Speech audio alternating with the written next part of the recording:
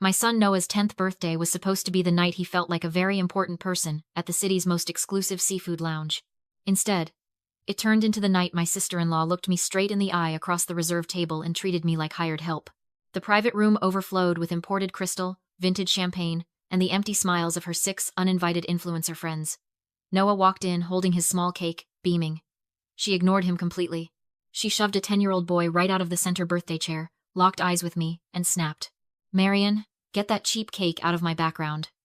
Tell the waiter to bring more chairs. And put your card down for this table.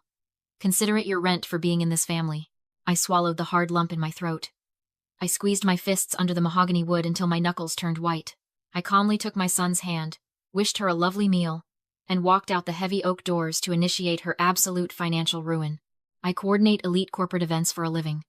When a chief executive officer's private helicopter gets grounded an hour before a massive product launch, I fix it.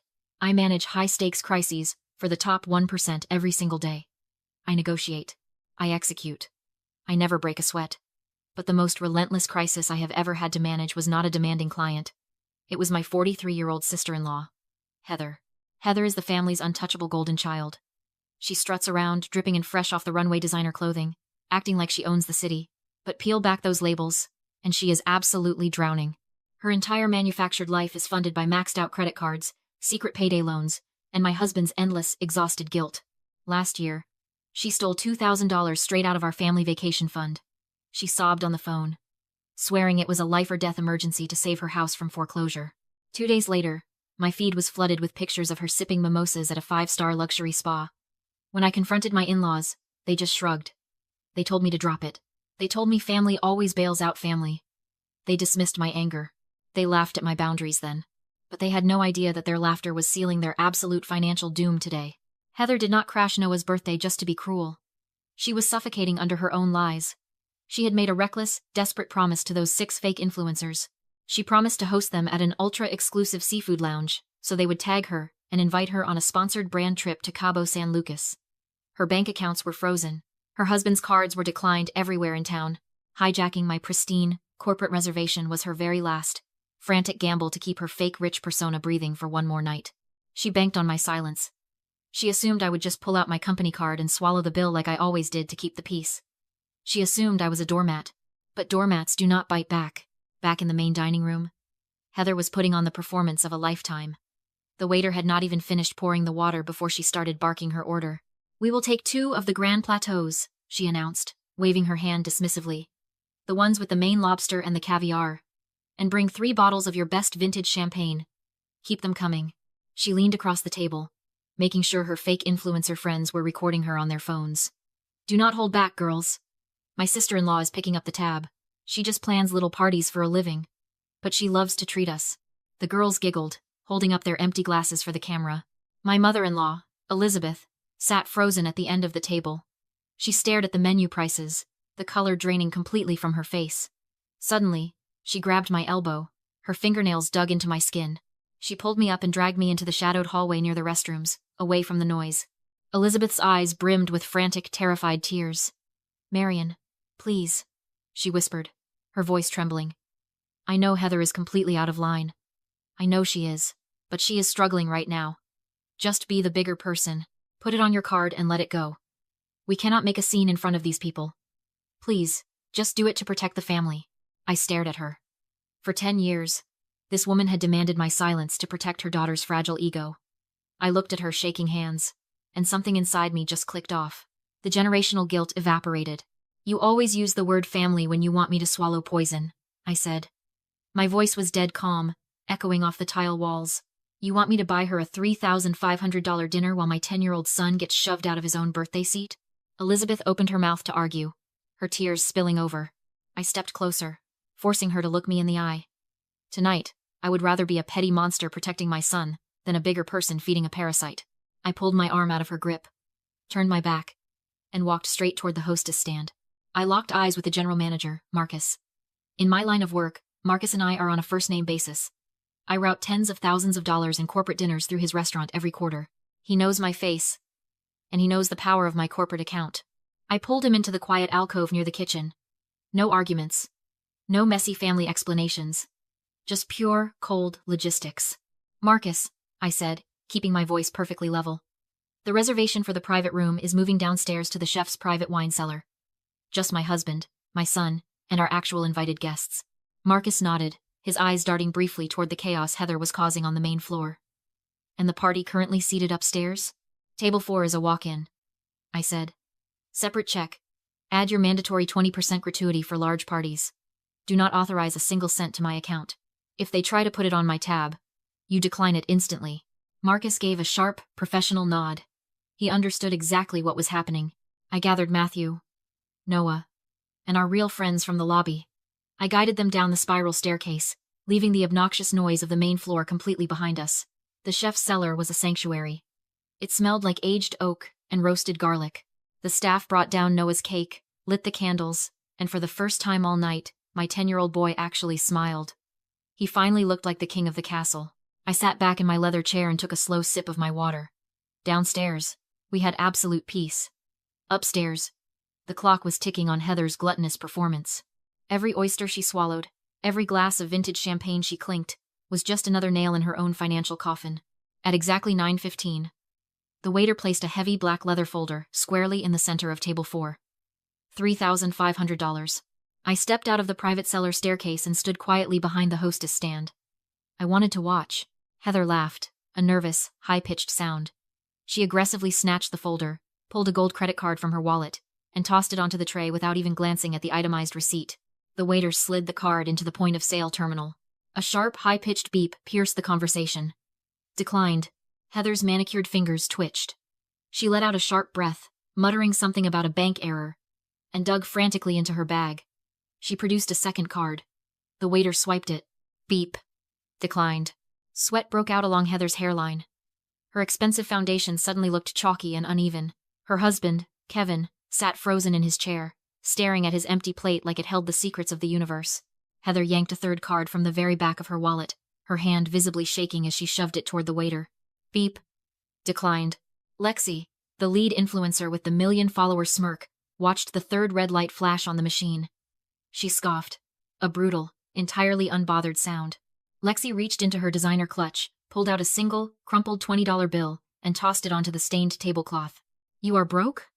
Lexi sneered, her lip curling in absolute disgust. Pathetic.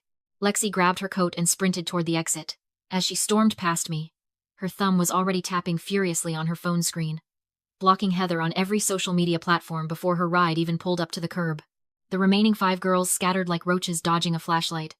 They muttered fake excuses about babysitters and early flights, practically tripping over each other to escape the blast zone. Within 60 seconds, Heather and Kevin were completely alone, holding a $3,500 bag. Heather whipped her head around and locked eyes with me standing by the hostess stand. The panic in her chest exploded into rage. Marion! She screamed, her voice cracking, completely shattering the upscale dining etiquette. Get over here right now and fix this. I walked up to the edge of her table. I looked down at the mountain of empty oyster shells and the drained bottles of vintage champagne. I looked at the terrifying reality sinking into her wide, desperate eyes. Uninvited guests pay their own way, I said. I turned my back and walked out the heavy glass doors, into the cool night air. Marcus did not let them follow me. He intercepted them before their shoes hit the lobby tile. Heather tried to scream. She tried to bluff. But Marcus simply placed a collateral agreement on the host stand. He gave her an ultimatum. Sign the paper, or leave in the back of a police cruiser for defrauding an innkeeper. Heather swallowed her pride. She surrendered her iPhone 14, her driver's identification, and Kevin's car keys directly into the restaurant's steel safe. Marcus gave her exactly 24 hours to return with $3,500 in cold, hard cash. The story should have ended at the restaurant. But desperation makes toxic people remarkably stupid. By 9 o'clock the next morning, Heather drove to my house clutching an old spare key. She was not just coming for Noah's birthday presents. Because of my event coordination business, she knew I kept a $5,000 emergency vendor envelope locked inside my home office desk. She was trying to rob my livelihood to save her own skin. But I know exactly who I am dealing with. I had a technician rip out the old cylinders and install a digital keypad deadbolt the night before. No physical keyhole. My phone vibrated violently on the kitchen counter. The camera feed flashed on the screen. Heather was frantically wedging a flathead screwdriver into the frame of my back patio door. The security system triggered. A 105 decibel siren ripped through the quiet suburban morning. Any normal burglar would sprint for their car. Heather froze. I tapped the microphone icon on my screen. Are you seriously trying to rob my business to pay for your oysters? I asked, my voice broadcasting cold and loud from the porch speaker. That single question shattered her remaining sanity. Her towering narcissism anchored her directly to the concrete. Instead of running, she stared straight into the camera lens and started screaming, completely ignoring the blaring alarm. She stood there, cursing my name, demanding I open the door, burning through the exact 7 minutes it took the patrol cars to block her in the driveway. I watched the officers force her face down onto the pavement, the metal handcuffs clicking around her wrists. The collateral damage was instantaneous. Kevin filed for divorce that exact same afternoon to desperately salvage his workplace security clearance. My in-laws, utterly terrified of paying a criminal bail bondsman, permanently blocked their golden child's phone number. The police cruisers drove away, taking Heather with them, but the absolute destruction of her life had just begun. Physical laws have a domino effect, and so does the legal system. Because Heather spent that entire morning sitting in a county holding cell for attempted residential burglary, she physically missed her 24-hour deadline to pay the restaurant. Marcus did exactly what he promised. He handed her collateral over to the police and officially filed a second felony charge for theft of services. 2 felonies in 2 days. The court eventually handed her a harsh plea deal. She received 3 years of strict probation, 500 hours of community service, and a court-ordered restitution of $3,500, paid directly to the restaurant. The social fallout was even more brutal. Lexi and the rest of the fake influencers actually found Heather's public mugshot and posted it on their social media pages to mock her. Kevin finalized the divorce in under 6 months to save his corporate security clearance. My in-laws had to empty their remaining retirement savings just to cover her defense attorney, and the sheer financial terror finally broke their toxic loyalty. They blocked their golden child's number for good. 6 months passed. The dust settled. Then, last Tuesday, a plain white envelope arrived in my mailbox. No return address. Inside was a handwritten letter from Heather, scribbled on cheap notebook paper. She wrote about how hard her life was now, living in a cramped studio apartment. She wrote that she forgave me for overreacting. She actually used the phrase, "At the end of the day, we are still family." I read the ink on the page. My pulse stayed perfectly steady. My hands rested calmly on the kitchen island. I folded the paper in half, dropped it directly into the trash can, and went back to making my morning coffee. Our house feels entirely different now. The air is light. We hosted a summer barbecue last weekend, filling the backyard with our actual friends, our neighbors, and colleagues who respect my time and my home. Nobody demanded expensive wine. Nobody screamed at my son. Noah ran around the grass with his friends, laughing until his sides hurt. We built a circle of people who treat us with basic human decency. We chose our family. And the peace is absolutely deafening. Toxic people build prisons out of their own fake images, and they demand you pay the rent. But you always hold the key to walk out. If you are exhausted from carrying the weight of someone else's entitlement, I need you to remember 3 rules. First, blood never makes you family. Basic, unwavering respect does. Never let biology be a free pass for emotional abuse. Second, boundaries without ironclad consequences are just suggestions. If you do not let them fall, they will never stop leaning their dead weight entirely on you. Third, true power is silent. You never have to scream. You never have to argue. You just have to separate the checks and let gravity do its job. That $3,500 I refuse to pay is currently sitting in a high-yield college savings account for Noah. Have you ever had to choose between cutting off toxic blood or letting them drain you completely dry? Tell me your story down in the comments. And if you have ever had to become the villain in their story just to protect your own peace, hit subscribe. I am Marion, and my tab is permanently closed. I know exactly what you are screaming at the screen right now. You are sitting there thinking, Marion, why on earth did you bail this woman out for years? Why did you let her steal $2,000 from your vacation fund without calling the cops the very first time? It is so easy to judge from the outside, is it not? But let us get real for a second. Marion was not stupid.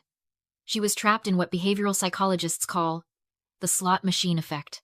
It is formally known as intermittent reinforcement. When you are dealing with a toxic family member or an entitled golden child, they do not treat you like garbage 100% of the time.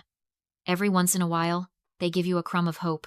A fake apology, a decent holiday dinner, a fleeting moment where they act like a real, supportive family. You keep putting your money and your emotional energy into the machine, pulling the lever, hoping for the jackpot of genuine love.